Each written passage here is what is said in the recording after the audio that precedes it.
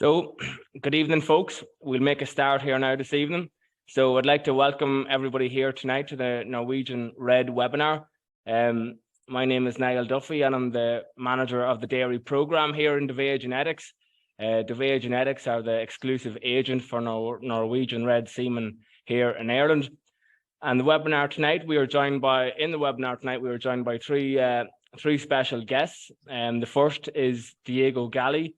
Diego is the European export manager for Geno, and his presentation is going to examine the background to the Norwegian Red breed, the developments in the breed, and how it's going in Ireland.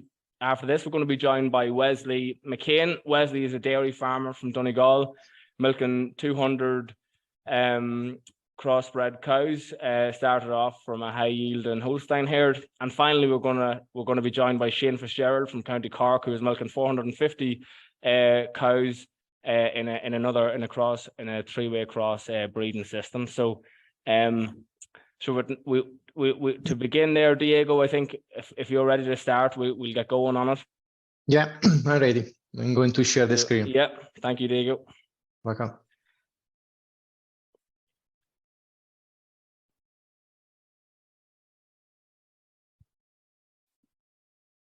Do you see the screen? We do. Okay. Perfect. You already say something about me, and first of all, thanks to Dovea for inviting us, and it's a pleasure for me and for us at Geno to have some updates for the Irish farmer about Norwegian Red, because we have been quite a lot of improvements over the past year. So thanks again. And my name is Diego Galli. Very quickly, I'm taking care of the business of Geno Norway in Europe, Middle East, Africa, and I'm started working with Norwegian Red dairy crossbreeding 15 years ago. Just a few words as a start about Geno. Geno Norway is the breeding cooperative representing all Norwegian dairy farmers. It's about 8,000. We do business in 30 markets worldwide, including grazing markets in Europe, Americas, Asia, Australia. We are present in Ireland since early 2000, quite a lot of years, and Dovea is our exclusive distributor since 2015. This is just a good example of Norwegian Red cows in Norway, pure cows. First, the one on the left is in first lactation, the white on the right is in fifth lactation, and there are mother and daughter. So there are some uniqueness in Norway, and when it comes to Norwegian Red dairy cattle, and the first one is that Norway is likely the one of the few countries in the world where Holstein is not dominating when it comes to dairy cattle. There are about 200,000 dairy cows in Norway, and 93% are Norwegian Red. So that's our breed. It's Norwegian Red since ever. Just a few numbers about the meat production now. Numbers are updated at 2021. We have a good milk production when it comes to volume. As you see, energy corrected milk was 8,673 kilos. And we have a very good components percentages. Fat is 4.28, protein is 3.56. It's a bit better compared to the average you have in Ireland. Just a note for your information, we still have milk quota in Norway, and the grazing season starts in May and end in September. Can varies a bit, depends on where you are in Norway. You see on the map is Norway is a long country, and conditions and resources are not the same everywhere. The best area for agriculture in general and dairying is southwest of the country, while if you are milking cows in the extreme north, it's of course more challenging. This is something the government in Norway has been historically supported. So we like having cows everywhere in the country and farmers everywhere in the country. But of course, those countries in very difficult conditions affect the average numbers. I was saying that there are some uniqueness in Norway. And another one is that we have extremely high participation of dairy farmers in the herd recording system. It's 90%, it's extremely high. And cows in the system are 95%.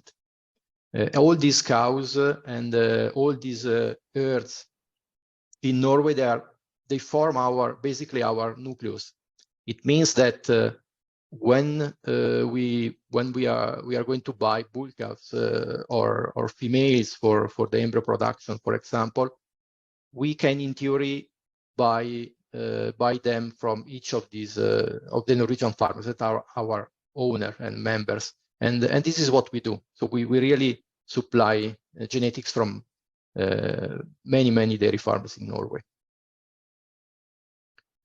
You probably already know that Norwegian Red has been popular and recognized in the industry for its excellent daughter fertility and health traits. And this is absolutely correct. This is something we can claim as well. This is something we have been always told by dairy farmers, Ireland including. And even more important, this is something other organizations have been confirmed. Interbull, for example, I'm pretty sure everybody knows what is Interbull. And when you look at the Interbull genetic run and ranks, it can be in US, can be in the rest of Scandinavia, or can be even in Ireland. Norwegian Red bulls are always topping and leading the ranks by far of daughter fertility. And I've put here just some statistics, some numbers. You can see yourself. The calving interval in our population, all cows, is 12.3 months. The return rate, 56 days, is 73%. It's very high, of course. Cell count average, 70,000. And if you look at the, let's say, clinical mastitis, is close to 90% of the cows are not treated for clinical mastitis in a 12-month period. Ketosis and milk fever is close to 100% of the cows not treated. It may seem strange, I know. It happens even to me when I talk to some people or farmers that don't know Norwegian Red and they are not used to the genetics. It may be too good to be true, but it's really true. And we are going to see why we are in that good position. Still today, everywhere worldwide, poor fertility is #1 reason for calving cows. And I know that is still #1 reason for calving cows in Ireland too. And so, you know, having the best genetics for fertility, because, sorry for repetition, but we are really leading when it comes to these traits among any other dairy genetics. So having a very good product for fertility and health traits, it helps, of course. Something we are very happy with the result we achieved, and it's, you know, we are very happy to provide these good genetics for any dairy farmers. So when you have cows that are extremely fertile, they have very good health traits. Of course, you do expect to improve the lifetime production, and this is what we want to deliver, and that's what we have been delivering, and that's what we are going to deliver to dairy farmers using Norwegian Red genetics. This is one of the main pillars of why Norwegian Red has been successful. This is Norwegian dairy recording system. It has a long history because it started in 1898, so quite many years ago, when a small group of farmers in the south of Norway start collecting information on the milk yield.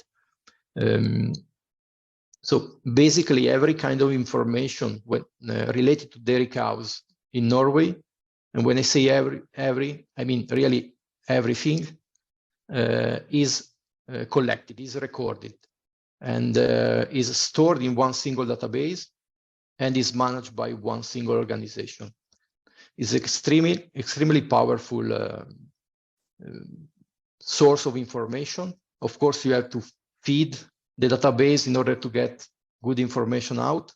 And you see that every player in the industry is part of the system. For example, the farmers are providing information regarding calving or culling of cows or milk yield.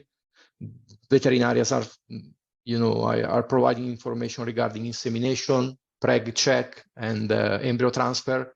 Slaughterhouses, of course, information regarding the carcass, and the advisors are providing information on conformation scores, and cloth trimmers, for example, they also register all the trimmings they are doing when they do their job.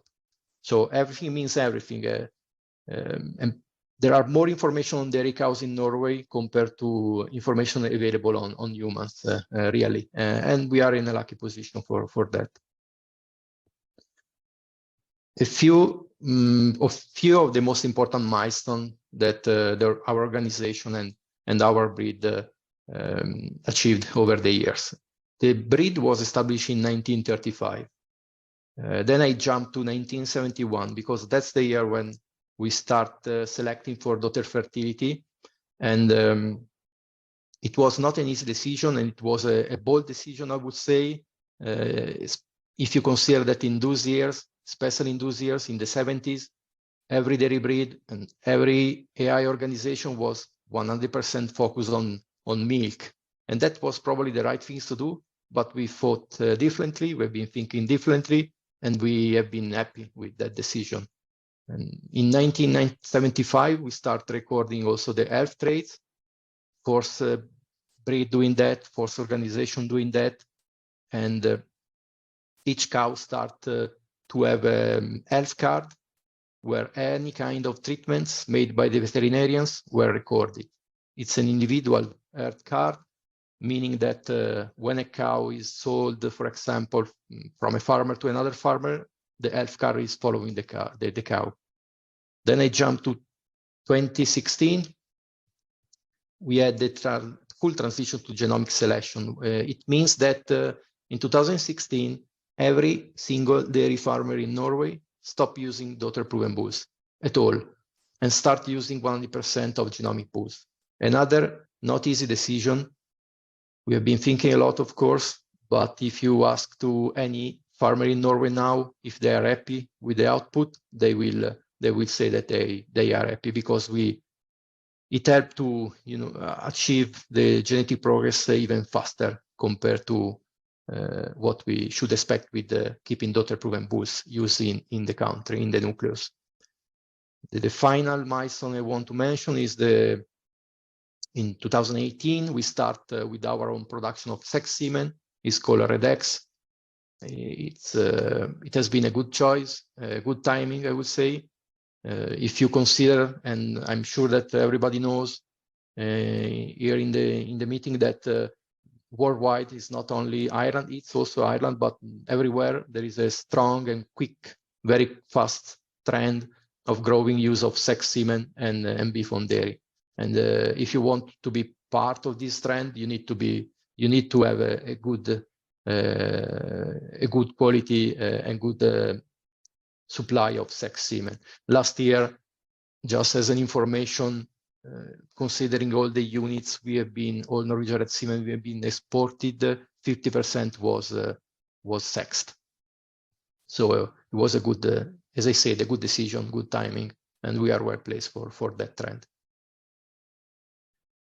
This is the second pillar of why Norwegian Red has been successful. This is our breeding program. TMI, Total Merit Index, is our index, like EBI for you in Ireland. And it's made of 54 different traits that are then aggregated in 18 categories. And you see, I think that you agree with me. This is a very balanced breeding program, especially from the 80s. It's a good combination of milk production, health, fertility, and conformation. As said, you see, starting with the fertility collection of data in 1971 and starting selecting for health traits in 1975. You also see beef here, and I will touch that a bit later in a couple of slides. This is how our the breeding goal, the total merit index looks like today. Of course, we had some change over the years on weights. We are going to have some change in the future as well, because we set goals and we achieve those goals. We look at the situation, at the achievement, and we make some change. That's something everybody does. But at the moment, the production is the traits with the biggest weight, 27%, is milk, fat and protein percentages. Other conformation is the second trait for size, for weight, is 21. And one of the reasons is that Norway is a country where the use of automatic milking robot has been growing a lot. At the moment, about 35% of the cows in Norway are milked with automatic robot, and 55% of the milk produced is produced in milking robot. Pretty unique situation. Of course, if you have that trend, not only if you use milking robot, but probably even more, you need good other conformation. And we are aiming also to produce a genetics that helps dairy farmer to improve number of lactation, so other conformation is important. Other health means somatic cell count and mastitis resistance, and daughter fertility historically has been very important, as I was saying in our breeding program. I mentioned beef, and maybe some of you can wonder why this guy is talking about beef. I was thinking that we are going to talk about dairy today, but you're correct, absolutely. Norwegian Red is a dairy breed. We are aiming to produce a dairy cattle that has good milk yield, excellent fertility and protein, is very fertile, very good health traits, medium size, feed efficient. But beef has been historically important for Norwegian Red farmers, and we've been always focusing a bit on beef in the breeding program. Maybe surprising all of you probably, but 70% of the total beef processed in Norway is provided by Norwegian Red, so by our breed, by this dairy breed. Of course, we have some typical beef breeds like Simmental, Limousin, Angus, of course, Charolais, but they are minority. Majority is Norwegian Red, and based on this situation, Norwegian Red bull calves must have a good grow rate, must have a good carcass quality. The beef, the meat must be good, and this is where we are really. And beef is a really good source of income for Norwegian Red farmers still today. As I was saying, we are lucky in Norway. We have any kind of information when it comes to dairy cows. So in past years, we collected information comparing Norwegian Red bull calves with pure Angus and pure Hereford. And as you can see here, the carcass grow per day is about the same, is more or less the same. And that's good news, of course. And this is something we are seeing also internationally. I mean, this is something farmers are happy, so they value the fact Norwegian Red is good also for beef when it comes to the bull calves. And so take-home message from this slide is that we want to provide, and we are able to provide sellable cows and bull calves with Norwegian Red genetics. That's a dairy genetic. I'm going to share a couple of slides on genetic progress. That's of course important, and that's important for us. It's important, of course, for our customer, because they always are asking for improvement, for better genetics, and that's what we are providing. This slide is about genetic progress our breed made in the past 20 years, from 2000 and 2020. And you can see that the trend is positive. and the acceleration has been improving over the years. In the red box is the progress we made when we were using the progeny test. So before the genomic era, let's say. In the yellow box is when we start using genomic selection for the pre-selection of the bull calves, while in the blue is about 2016 and the few following years is when we start using genomic selection 100% in Norway. And the green is these days, the last few years. It's of course, you see, the acceleration is big. That's simply very good. And the main reason is that we improve the technology, we improve number of genotype animals. That's a big driver. And we also start with our embryo program in Norway to accelerate genetic progress in the female population, mainly. This is the trend of the main traits in the past 10 years, and you see that we have been able to achieve a simultaneous improvement for fertility, production, health, everything. This is not easy, and this is not something you should expect to achieve overnight. Of course, it takes years, it takes a lot of focus, and the reason why we have been successful is because of the combination of the balanced breeding program we have. We start in the very early days of working on fertility and health traits, and second reason is the huge amount of reliable information of phenotypes combining with genotypes we have in Norway. But there is one trait that we have been able to improve the most and fastest, and that's production. When I say production, I have to say specifically kilo fat and kilo protein. Those are the area where we have been doing the best job and improved the most. And the improvement in milk kilo solids have been, as you see on the table on the right, on the chart on the right, has been driven both by milk volume and by percentages. And that's good news, of course, because I believe you agree with me. This is milk solids is what the majority of dairy farmers in the world are looking for, especially now. So we are in a good position even for that trait. What's the reason for the big acceleration we had in genetic progress? It's about this number, basically 198,000, and that's the number of genotype animals in our genomic evaluation at the moment. It's a very big number. This time I can't claim that we are number one in the world. Likely we are, but I can't claim. But it's very big, and keep in mind we have 200,000 dairy cows in our population. So it's really we are doing a good job simply because we know that's very important. So genomic is important. Of course, it's something everybody started years ago. Somebody are doing better than other companies, but everybody is there.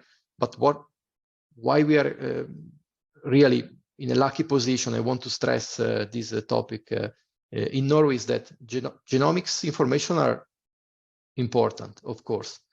But genomic information without good phenotypes, you don't have the full picture. In Norway, we are in that situation. We have very good genomic information, but we have excellent phenotypes as well, for the reason I was saying, right? Because every data is collected in Norway. Of course, the fact that we are a cooperative is helping. We have fantastic dairy farmers loyal to the cooperative, and they are doing an excellent job. But I mean, this is the situation where we are. This is very, very quickly the selection scheme for our breeding program. And so as I say, there are about 200,000 cows, Norwegian Red cows. In Norway, we don't use that much sex semen at the moment. I can say something a bit about that later. So at the moment, we have approximately 100,000 bull calves born per year and 100,000 female calves born per year. If you look at the males, we genotype 8,000 bull calves per year. We pre-select 150, the one that we believe they are the best in the population, and we finally just buy the best 50. So the selection intensity is extremely high, and that's positive, of course, for the genetic progress, for what we are improving. And on the female size, the selection intensity is about the same. We genotype 12,000 females. We buy 120 heifers for our embryo production, and at the moment, we are producing about 4,000 embryos. Then that we then use again to produce the best bulls and best females in the population. This cow is another good example of Norwegian Red in Norway, pure cow. Yeah, I would say we have a very ambitious target because we are trying, we are working, and we want to be recognized as the best dairy breed when it comes both to profitability for dairy farmers and sustainability. Of course, sustainability is especially these days, everybody knows it's very important. You know, it's in every industry. It's not only our industry, and of course we have to take care of that. We know, but we really think that we have been done already a lot of good job when it comes to both sustainability and climate footprint. As we were saying, as I was saying at the beginning of the discussion, Norwegian Red is the best dairy breed for fertility and health trait. And when you have a cow that has an excellent fertility, it means that you have less days open, right? And if you have less days open, of course, that has a positive impact on the methane production, for example, because you have cows that are in production. So you don't have cows just basically eating, you know, and not producing as they must be, or they should do. When it comes to health traits as well, I showed numbers we have when it comes to clinical mastitis or ketosis or milk fever. When you have cows that have a low frequency of disease, means that you have less cows in the pen hospital, right? And if you are in that situation, it means that you need less replacement, and that of course has a good and positive impact on the footprint, climate footprint. But of course, we are aiming to improve. We don't want to stop where we are. We want to do even better, and that's why a couple of years ago we start investigating and working on a couple of new traits that are of course related to both profitability and sustainability. It's about, the first one is about methane emission, and the second one is about feed efficiency.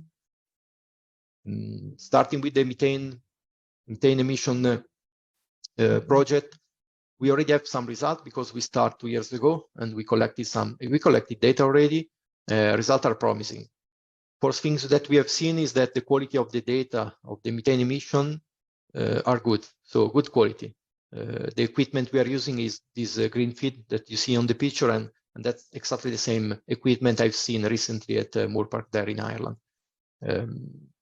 Then we have seen, that's very interesting and that's very important, we have seen that there is a genetic variation between Norwegian Red cows. So we have seen that Norwegian Red cows, even in same herds, they have a different production of methane. And this is positive because simply means that we can work on that.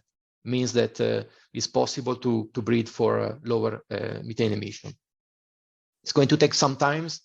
We are not finished, of course, because it's extremely important to understand now what's the correlation between methane production and other traits. Of course, we don't want to lose what we have been achieving in decades. So we have to find the right balance and the right way of going ahead. The second project, likely the most important project of Geno in decades, is feed efficiency. we start last year and we installed the equipment, is feed managers. You see them here in the picture. And we are just finishing now to install in the last third. They are commercial here in Norway. And we start collecting data as well in the first third last year. Again, we are seeing something interesting. And what we are seeing is that we see that there are differences in the feed efficiency, the feed intake of Norwegian Red cows. Of course, even in the same herds. It was very nice, I can say. Yeah, probably. It's a good, the good word. It's very nice to see that cows producing exactly the same output of solids of milk. They have sometimes big difference in when it comes to the feed intake. Means, of course, that we can work on that, and means that there is a genetic potential for that. Now, this year, we are going to continue with analysis, starting with the calculation, and we expect to have the first version of the feed intake, feed efficiency index this year, but likely it's going to be next year. But we will be there. And I'm close to end my presentation now. Why Norwegian Red in Ireland? Why we are here talking to you guys from Ireland, and why Norwegian Red is something good for the Irish farmers, especially. And when I was preparing this slide in these days, I was inspired by the Dunn family farm. Is a family farm, Irish family farm in Cork that I know very well. And this is a picture of their cows. They've been breeding with Norwegian Red in the past 12, 14 years. They have a pure Norwegian Red there now, about 400 cows. And they've been a fantastic ambassador for us, really, since the beginning. And so I would like to say thank you and give credits. And as I said, they were inspiring me for this, what I'm going to say shortly. Then I had another strong inspiration from Moor Park, because I was there in June for the European Dairy Farming Conference. Shane was there as well. And one of the visits we had was organized by Moor Park. And this picture you see is what was presented that day. So this is the cow of the future according to Moor Park. And when I was looking at that, I start saying, Norwegian Red is really ticking all the boxes here, really everything. So I think that Norwegian Red is really fitting well with the Norwegian farm, and that's just a confirmation. As I said, Norwegian Red is very good for milk and has excellent fat and protein percentage. Really, I touched the meat, right, the beef. So that's an extra value we can offer, or Norwegian Red has to offer. Good reproduction. Again, sorry for repetition, but Norwegian Red is really leading when it comes to fertility and good longevity. Of course, if you have cows that are fertile, healthy, you can expect to have to improve the lifetime production of cows. Easy to manage. This is something that's correlated with the D.I.Y crossbreeding and D.I.Y breeder. When you use Norwegian Red on Holstein or Jersey, the cows are very vital. You have a very good survival rates. Good conformation, of course. If you expect cows lasting even more lactation than now, you need good udders, you need good feet and legs, and I would add as well that Norwegian Red with their medium size, they are helpful when it comes to the stocking rate there in Ireland, right? Efficient grazer, I don't have anything scientific here, sorry, but I've been always told, even in Ireland, that Norwegian Red are aggressive grazer. That's the way they've been named. They are always the first one to go out grazing, and they are the first one to be back to the milking power. Health, I already touched that, and the low environmental footprint and resilient to climate is a bit more complex area. I can just say that crossbreeding and heterosis has a value, and these help as well in this regard. And then comes all the the topics about methane and feed efficiency. So bottom line here is that honestly, we really believe Norwegian Red is fitting well with your system there and with what the Irish industry, their industry, is aiming for.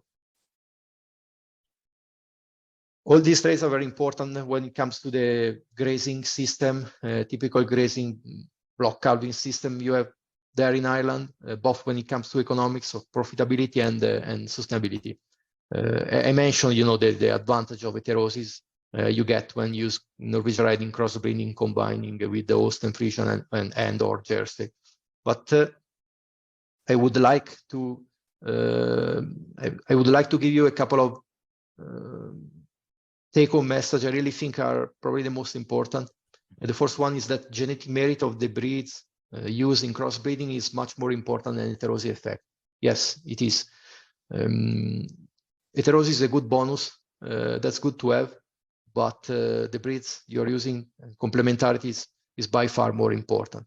So the first thing to do is to select the right breeds you need. Think about that, really. Think what you have, think what you need, and choose the right breed. Then, secondly, choose the right bulls. That's extremely important, absolutely, within the breeds. So bulls are not always the same, even within the breeds. So make the right choice when you select the bulls. If you do this, you will be successful, absolutely, yes. Yeah, we know that.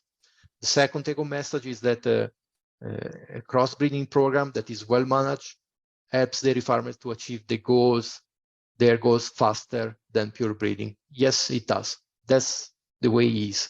So it's something good to think about. Just a picture quickly, Norwegian Red crossbred with Jersey on top, 75% Norwegian Red, 25 Jersey, and on right is a typical Norwegian Red Holstein Friesian crossbred, here pictured in Ireland. So that's my last slide, the summary. Norwegian Red is proven to be #1 dairy genetics for health and fertility. Helps to increase lactation per cow, helps to increase milk yield per lifetime. That's important. The helps, of course, improve calf quality. We have been talking about the beef value. Add dairy strength. Yeah, absolutely. Farmers that use Norwegian Red, they know that it helps reduce replacement cost, and Norwegian Red is fitting really well in the Irish system. This is something we know, and this is something it has proven already. And I'm sure our guest speaker now they are going to talk about that. So I'm finished for the moment. Thank you, Diego. Well done on that. An incredibly detailed presentation, giving a nice insight into the genetic gains in the Norwegian Red and the population that's over in Norway of cows. So, Shane, we're going to invite Shane to present his slides next. Leslie has disconnected, so hopefully he'll be able to join us after Shane. So Shane is going to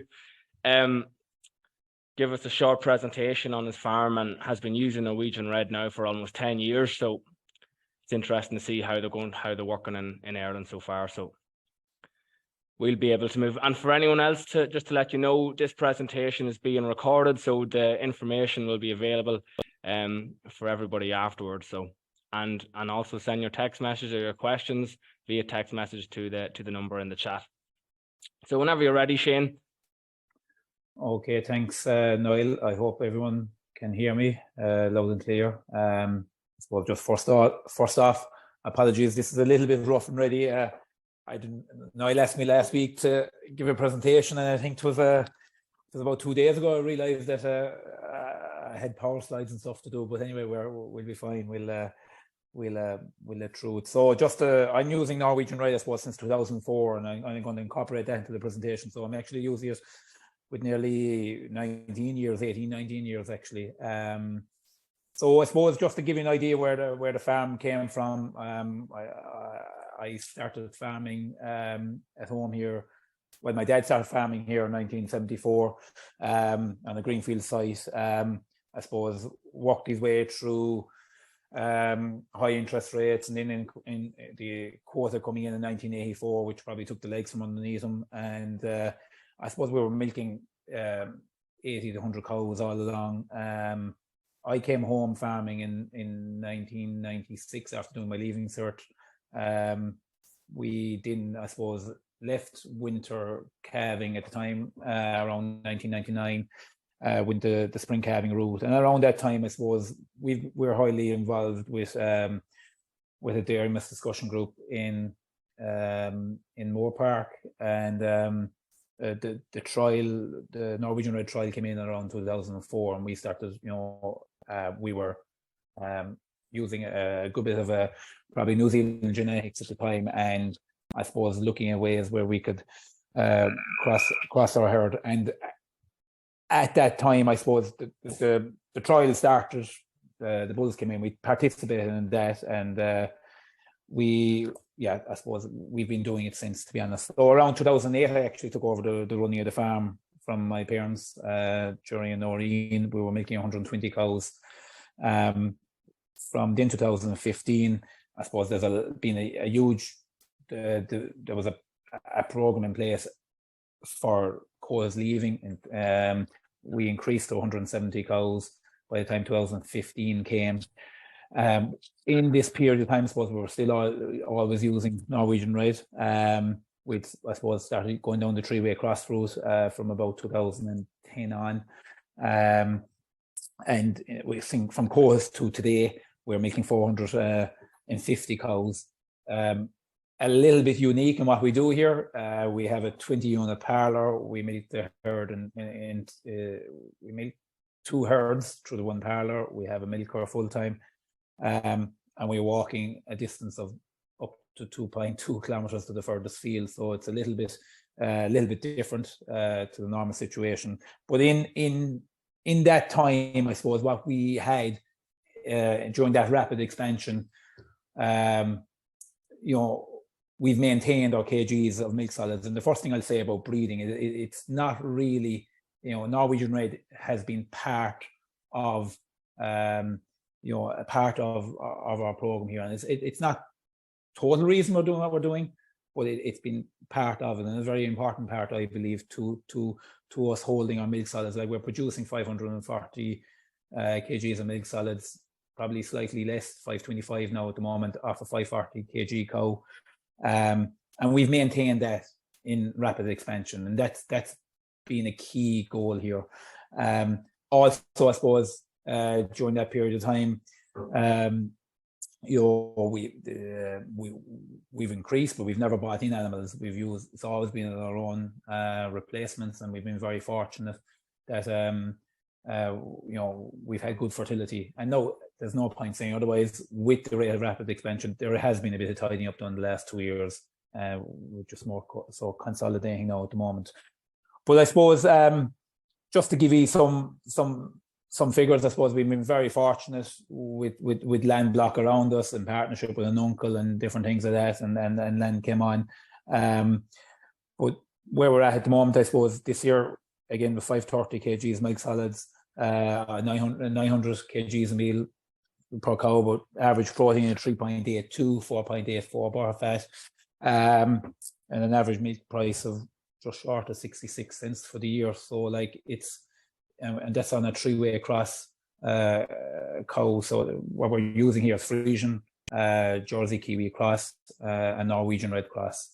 And that's been going on, as I said, with 18 years, 19 years, I suppose we dabbled at the start.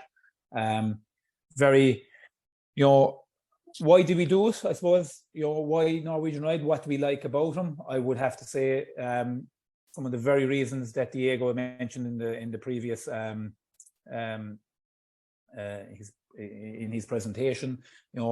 Health, capacity.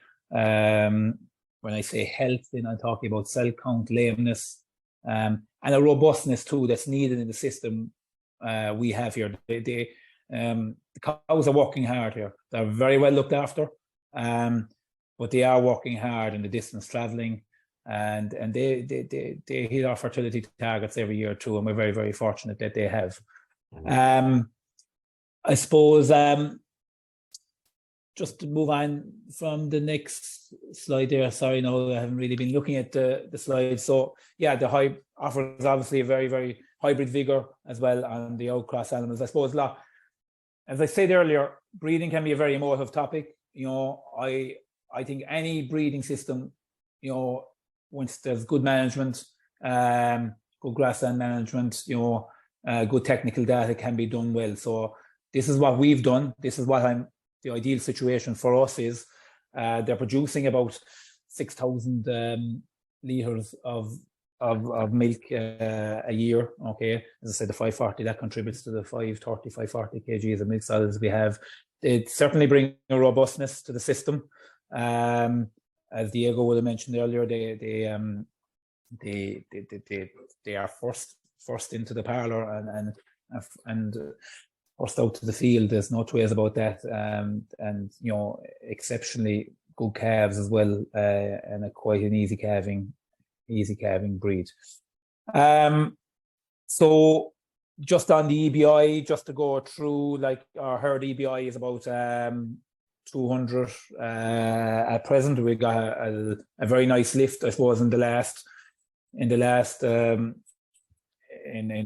EBI that came out there just before Christmas. We the Norwegian Red 2020, anyone using a three-way cross would have got 20-25% increase in their EBI. With the Kiwis, it was coming in around 15 to 18%. So a lot of that has to do with carbon and health, and that comes back to what Diego mentioned, I suppose, in his previous presentation. Just one comment I will make, and maybe I might go back to you then, Niall, because I don't know, am I waffling a small bit or not? All right, but not at all. It's, you know, we selling stock, you know, people that have associated Norwegian Red, you know, with crossbreeding and Jersey and stuff like that.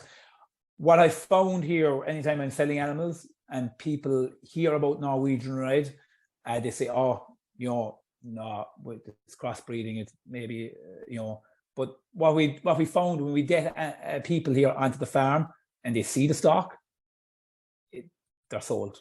It's just, you know, that's one thing I would have to say. There has been a perception while I've been involved using Norwegian Reds that, yeah, they're very similar to Jersey. Couldn't be further from the truth. We incorporate the three breeds here. We incorporate very well, but you don't have to do that if you don't want to. You know, Norwegian Red can be an excellent cross on Holstein cows as well as any other breed that you might be into. I normally have a saying that the Norwegian Red is a very, very similar type of animal, maybe to the British region, you know, just a bit of an outcross from that. So yeah, that's just a quick synopsis on that. Maybe, yeah, sorry, Niall. That's great. That's a powerful bit of information there, and there's a couple of questions for you. Shane, we might just try and hold them until the end then around the breed and how they're working for you in your system while we get Wesley. Wesley, can we invite you to speak? I'm not sure if the slides are, hopefully, there we go. We can get you, if you can you can begin anytime, Wesley, if you're still connected. So Wesley's a good man. You hear me there, Niall? Yep. Perfect. Yes. Well, Niall, just going with Seamus in there, the crossbreeds, yeah, I come from a 200 cow Holstein freezing herd traditionally. Well, been 150 back a few years back, and then they were just getting too typey, getting too hard to manage. Solids had been quite low, and then therefore not going to affect them. We're always about 2 cents or so below base price, so it wasn't really helping anything, you know. So therefore, I would say to just change the bloodlines altogether. Looked through a lot of different breeds. I thought the Norwegian Reds was the best, had the best options and the more choice available with regards to bulls and stuff within the breed. Yeah, I just liked what they were doing. I just liked the yields they were achieving in Norway. I like the solids. I like the fertility.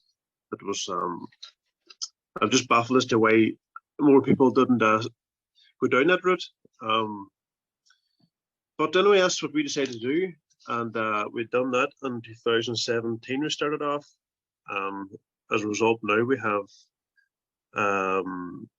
most, probably 90% of the herd now is at least half bred, if not 3/4, some of them. So there's about maybe about a dozen or so Friesians left, or Holsteins. So yeah, that's what we are there. Yeah. Way crossbreeding. Yeah. Suppose just for those traits that we were just touching on before. Better replacement rates, better fertility, all the kind of things that comes along with it. We see. Yeah. So then why go Norwegian Red? Yeah, as I said, just to change the complete bloodline of the cows, I just thought it needed to change it completely. I wanted to change the breed, so it will go down the pedigree route. So I thought I would keep crossing Norwegian now and see if I can get something done the lines of breeding, you know. Yeah, so therefore I'll increase my solids and fats and proteins. And I was roughly around 3.1 protein and 3.6 butterfats, and that's increased quite well. And I will probably see it now in the next few slides. We will. So the system change. Yeah, the Holstein is just very hard to manage. I think if you're in Holstein game, you need to be indoors for quite a lot of the time. It may suit a man with not much grass and he wants to just pump the meal in and get it back out of them, you know. But we have enough grass around here, around the farm. We're situated well, so it's suited to raise cows for at least 6 months if we can get away with it.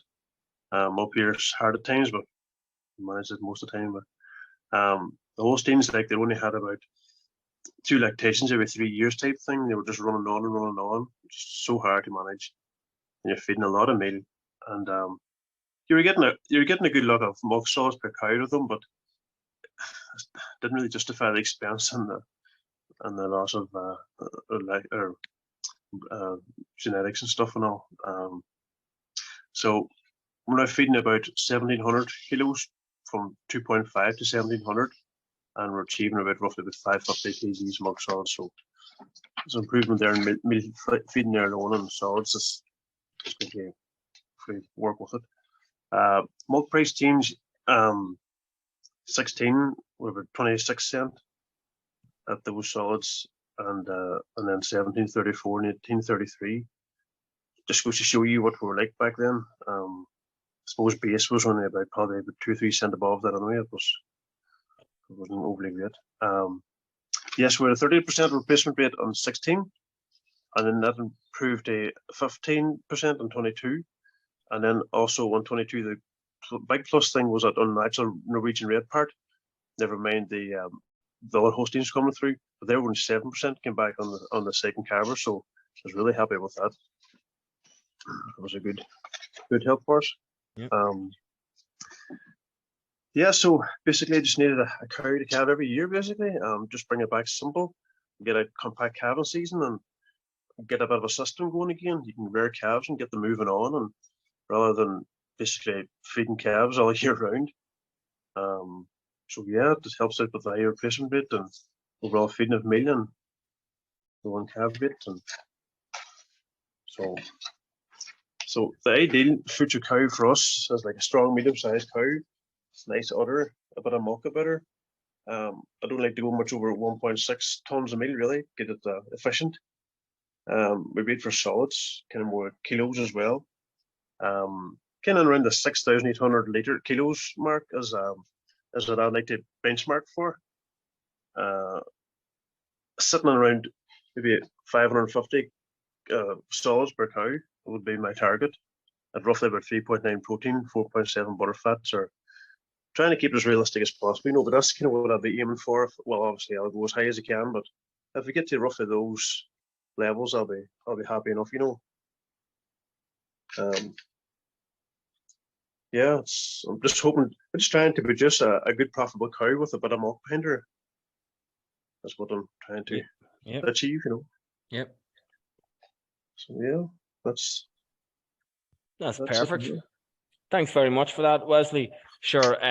If we've received a couple of questions here, so I'll relay them back to yourself, and maybe we'll start with you, Wesley, while you're online. The first one is, what change did you see in the conformation of the F1 cross, the F1 Holstein cross? What changes did you see in the conformation of the heifers? Well, the heifers, first thing, the size.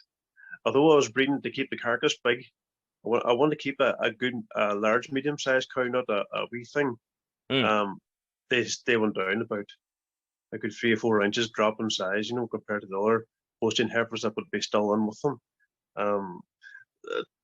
Slightly more wilder themselves, but told you get that through crossbreeding anyway, and that kind of, I suppose it's a good thing in a way, because I've got a fight about them. The Holsteins was like big stupid things, if you know what I mean. They would, there wasn't much fight in them. If there was anything up with them, or if it was a rainy day or something, you'd see them all standing behind the hedge, whereas at least the Norwegians, they'd be eating, getting the belly full and sort themselves out type thing, Yeah.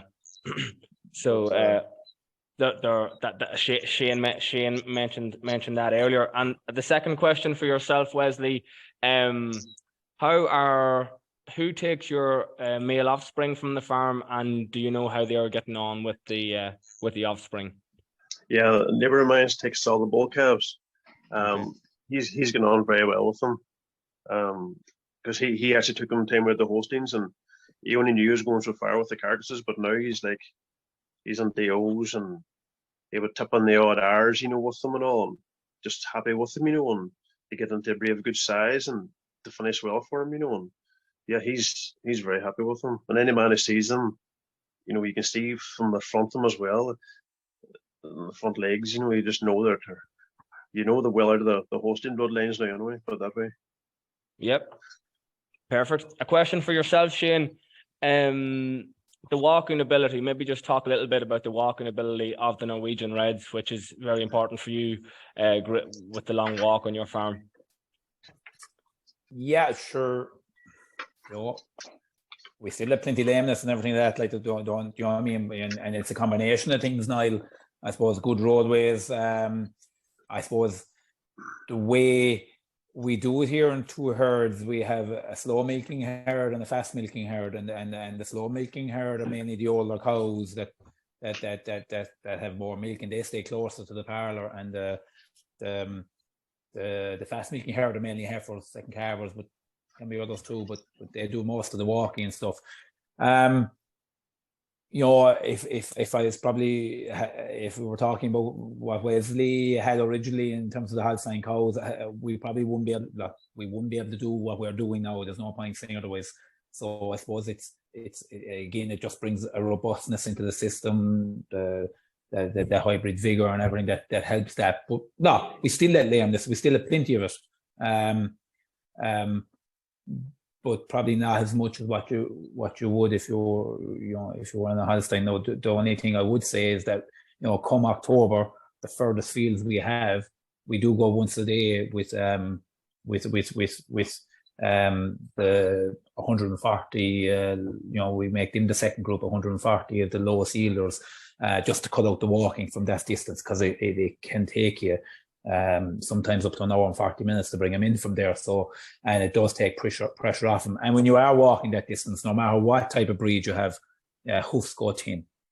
That does happen. And again, diet comes into it a little bit in terms of just a little bit of, when the weather breaks, they will need that little bit of fibre, I think, to bring a bit of toughness back into them. Yep. Another question for you, Shane. You'd have plenty of experience with the discussion group, but how do the three-way cross or the Norwegian Red black and white cross compare to your typical high BI type herd, black and white? In size? Size-wise, we're talking about, like, I suppose Niall and Diego, you were out on my farm a couple of weeks ago. We're very fortunate, a very uniformed herd. I suppose we're at it a long time. Probably what Wesley is finding a little bit more, there's maybe a little bit more up and down, and over time that will become a lot more uniformed. Again, I compare it to probably a very similar to a British Friesian type of cow, to be fair, all right, in terms of size-wise. That's where my herd, I think, is at a little bit at the moment in terms of the size of 540 kg cow for a three-way cross herd. Yeah, people come into the farm and they say they're bigger than what I expected they would be, and I think it's the capacity that the Norwegian Red give back into the cross. That's great. A question for Diego here. If a farmer was thinking of experimenting with Norwegian Red, what type of animals should they target the Norwegian Red too? And let's assume it's a standard black and white haired. Okay, can you hear me? Perfect, yeah. Perfect. I've been asked that question many times, and my answer is use the Norwegian Red on the best cows. Really, yeah. If you want to achieve, result that you're aiming for, just use on the best cows. This is what makes sense. Yeah. Other options they don't make sense to me, at least. Yep. And Niall, just to come in there, like me, and I remember when we dipped our toe with the Norwegian Red trial in 2004, and we just dipped our toe in. I suppose the regret we had at the time is that probably we didn't separate him across the whole herd. So yeah. I wouldn't be afraid of it. Niall, sorry. Oh, sorry, Shane. Go ahead. Sorry. No, you're fine, Diego. Walk away. Yeah. No. Again, that's very important. Bulls. The bulls selected. Within the breeds that's extremely, it's on the breed first, but as I said, the bulls, because there's variation, of course, even within the breeds when it comes to bulls. So farmers, they know what they need and they have to take action according to that. Yeah, and that's important. And choose the right bull to address whatever needs to be balanced in the cow. Yeah. Question for you, Diego. There's quite a few questions here around temperament. How can farmers select for temperament? As we know, through crossbreeding, with any breed, you're going to get an extra bit of vigor there, perhaps in temperament. So what should farmers do to control the temperament in their crossbreds? Then that's correct, of course. When you do crossbreeding, you expect that extra, vigor, and there's some consequence, let's say, on the temperament. A good way in order to manage that is selection of bulls. Again, I'm talking about that, but that's what I know from the Irish farmers as well, because I know especially probably after the Moor Park trial we have been not very good in selecting bulls for temperament, and we had some unpleasant result on the topic, but that's something you can control. I mean, I mentioned Dan, and this is something we have been discussed a lot. And as I said, he has been using Norwegian Red for 12-14 years, and it's something is absolutely 100% under control, selecting the right bulls when you import Norwegian Red bulls in Ireland, and that's what we are doing right now. Yep. Yeah. Final question then for Shane, and then perhaps Diego, you can move on through the new Dovea catalogue and the coloured catalogue and the bulls we're bringing in this year, so we can get that presentation ready there. But for Shane, question here specifically relating to three-way cross. Once you've got the third breed in, where do you go from there? You go back to the start, really. Okay. It's simple now. If I think a cow is too big or too small, I'm not going to go, if we have a smaller cow, I will put Norwegian Red on to get that strength back into him, so 90% of the time it's religiously the three-way cross works, but there is the exception to the rule. So but yeah, you go back to the start. It's very, very simple, with what I have here. Like am I brilliant at picking out bulls and stuff like that? I have people that do that for me with my cows and stuff like that, and they understand the herd, and there's the voices there that help me out, in that side of it as well. So it's not just something that I have knowledge up here that it's busted out through me, but no, go back to the start and keep doing what I'm doing. And where we're at is what I'm trying to maintain, really what I'm at. That is the key here. I don't want to have higher yields. We have issues going on with banding and everything now, with irrigation and everything coming at the moment. I want to maintain where I'm at. I suppose I'm in a consolidation phase after rapid expansion, and that's my plan going forward. That's great. Any more questions, folks? Just text them in, and Diego is going to run through the new bulls. A lot of these bulls are available sex semen here in Dovea, so whenever you're ready, Diego, will be approximately 7 or 8 minutes, folks. And that's exactly what I need. Perfect. Thank you. Do you see? Yep. Okay. So I'm just going to introduce the bulls available at for the new season. Norwegian Red bulls available through Dovea for the new season, and I think we did that together with Dovea, a very good work at selecting the right bulls for your system. First one is Rouen. Rouen was available last past season as well. Is a daughter proven bull with 1,700 daughters in Norway and some in the rest of Scandinavia. So it's the #1 Norwegian Red bull on EBI, and he has pretty high EBI. It's 306, and is #1 daughter proven international bull on the ICBF November 2022 active bull list, and is also #5 if you consider all daughter proven bull on the ICBF November list. So he's doing really extremely well on EBI. He's #1 daughter proven sire in Norway for longevity. He produces daughters that are short in stature, but with good strength, but short. He is extremely good on meat production. So Rouen is a production bull. When I say production, I mean it's good, very good for meat and for solids, milk solid as well. His daughters in Norway, the oldest one, are in 5th lactation now, and if you consider the 5 lactation, all daughters, they have an average of 8% if you combine fat and protein. So he's doing well, and he's provide good genes also for components percentages. Very easy, extremely, I would say extremely very easy calving, and daughters have good temperament. That's, for example, this is what we were talking about, right? So there's a difference in bulls within the breeds. Low mastitis frequency and low cell count, and is very good on feed save index. It may be something new for you, but it's our proprietary index. It's called feed save, and it identifies those Norwegian Red bulls that produce daughters with the lower requirement for feed when it comes to maintenance. And the mature body weight of pure Norwegian Red cows sired by Rouen in Norway are 569 kilos. And this is also very good for claw health. And this is something Shane was talking about. And claw health means basically lameness. And that's something we collect as we record as an information. As you, Niall, were saying, is available with conventional semen and with the Red X. Red X is our sex semen. It's our, yeah. Second bull is Crowell. It was also available past season.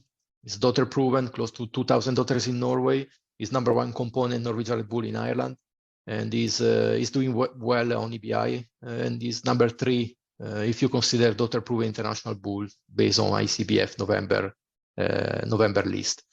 Is #1 Norwegian Red available for protein percentages in Norway, and if you look at the daughters average or lactation, daughters are doing very well for 0.41 fat and 3.70% pure cows in Norway.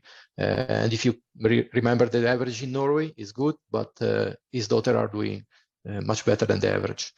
High daughter fertility, especially for the interval calving to force insemination, and that's important traits that we select for and we breed for, and identifies cows that are very quick to recycle after the calving, and that's a trait that it's important, especially for the system you have there in Ireland. It's also good for health traits. Daughters have very good temperament. They are wide and deep, very good other attachment, and is also good on the beef traits when it comes to the bull caps. Available with conventional and available with sex semen. This is NERB P. P means 50% polled. Is a new bull, genomic bull. Is extremely high percentage sire on our base in Norway. Is #1 for Norwegian Grazing Index. That's another our proprietary index. We produce medium-sized cows with excellent daughter fertility, and excellent daughter fertility based on the Norwegian standard mean really super excellent. It is #1 bull for other health. He has really extreme breeding values for both mastitis resistance and cell count, and it's #1 also for claw health. Very good other conformation, and is also #1 for longevity. So leading some categories. And his dam is a very good cow, still producing, and third lactation now, and average force 2 lactation, 5.28% fat and 4% protein. Very extremely good, really. Is also available with conventional and red egg semen. Second new bull is Skoyen. Is the #1 bull of the breed. I'm smiling a bit, sorry, because everybody is talking about Skoyen now, really internationally. Everybody wants this bull. We have simply a lot of back orders. Is at the moment by far the best of the breed. We never had a bull with this such very high TMI, total merit index. Is ticking all the boxes, and I really could stop here because he's above the breed average for everything, really everything, and more than 1 or 2 standard deviation for some traits. It's very good for production, and it's extremely good both for protein and percentages and kilos. Very, very easy calving, already observation on calving. High daughter fertility, high health traits, high longevity, excellent udders and conformation, close to 3 standard deviation above average for both. Is good also on beef, and he has very good pedigree. I want to mention the pedigree because he's the best son of Storflor. Storflor has been our top sold bull in the past 3 years. Unfortunately has been called, so he's not available now. But Storflor became daughter proven in August. He was already very good, but since he added daughters, he improved even further, and especially percentages. That's the area where he improved the most, thanks to the daughter in production in Norway. His dam of Skoyen is still alive. Just saw her recently. Is in third lactation, and in fourth lactation she recorded 4.49 for fat and 3.66% protein. Again, keep in mind the average in Norway, so she's doing well on that. So he's absolutely extremely good bull. Even this guy is also available conventional and sex semen. South Vatten PP. PP means 100% polled. Is genomic. Of course, he's producing a dot progeny that is 100% polled. This may not be, of course, the most interesting trait, I understand, but polled is something that is growing internationally. This is what we see, even within the Holstein, for example. And good news is also that Norwegian Red is the dairy breed with the highest frequency of polled genes. At the moment, 34% of the all calves in Norway born polled. South Vatten is a high solid bull, both for kilo and percentages. He produces daughters that are short in stature with low maintenance needs. Daughters mature body weight, pure cows in Norway is 576 kilos. Is very good for daughter fertility, low cell count, good for maiden affairs, good udders, and dam as well. Even dam of South Vatten is a great cow. She's now in 6th lactation, and the average for the fourth 5 lactation, 35% fat and 3.70% protein, very, very high. And combined milk and fat kilos is 738. Also, South Vatten is available with conventional and with sex semen. And all of these bulls, Dovea has a very, very good availability for both conventional and sex. Just the last 2 bulls quickly. Smagarda, daughter proven, is daughter proven in Ireland. So it's the only one here on the list that is daughter proven in Ireland with 192 daughters in the first 65 years, while in Norway he has 100,000 daughters. He's number one Norwegian Red Bull for daughter fertility. Extreme breeding values, really. Is the 3.5 standard deviation better than the average in the population. Is also in EBI, is number 10 in the rank of the active bull list if you consider daughter proven Irish bull. Very easy calving, good for heifers, and very good for beef index as well. The last one is Justad. Is a very good all-around bull, daughter proven, 2,000 daughters in Norway. Easy calving, again, good daughter fertility, is good for health traits, and he has an excellent conformation. He's producing very good daughters, good others, and a very good set of feet and legs. And daughters in Norway, just in cycle lactation, they had average production of 673 milk solids kilos. I'm done, Niall. So overall, very good group of bulls, absolutely. Yeah. Couldn't ask for much more from you tonight. Thank you very much. It's just some more questions. One question in particular relates to store floor. And maybe you could talk a little bit why is store floor not available in their catalog, but that you did mention it. It's because he's not available. Yeah, correct. Now, really, not now. From months now, we don't have any more store floor units. But of course, it may happen that our distributor in different part of the world, they have some stock of store floor. Unfortunately, he had an accident, so we have emergency call on him. Unfortunately, so it was a pity, but he has really many sons, really many, and all of them really good. Skoyen on top. Yeah, well, we're very fortunate in this country to have Skoyen available to us at the moment. One question, maybe just talk a little bit about the reliability of the genomic bulls and the accuracy of the genomics in the Norwegian Reds. Yeah, it's. I don't want to go too much into details, but we are using the single-step methodology. That's the other way you can use compared to the two-step. So single-step has been helpful for improving reliability as well. And the average reliability for genomic bulls, of course, it depends on the bulls, not exactly the same, and depends the age as well, because a genomic bull is a bull that can be young, and you have a bull that is 2 years older. That's still genomic, right? But there's a difference there. So it's about, depends on the trait, but it's about 70, 73, 75%. That's the range, and we have really a good system. I know it's myself talking, but we made improvements as I was saying, and we don't really have surprises, really. So it's stable. I mean, that's what we are seeing. The data are really stable. Of course, if you're using daughter-proven bulls, you are in the range of 90, 95, 98. So better than I do. It's just a balance of the genetic merit you want and the reliability. So. Thank you very much. That's all the questions here tonight. So just to summarize, I think it wasn't mentioned too much tonight, but the latest EBI run with the inclusion of the carbon sub-index has probably led to some higher breeding Irish indexes on the bulls.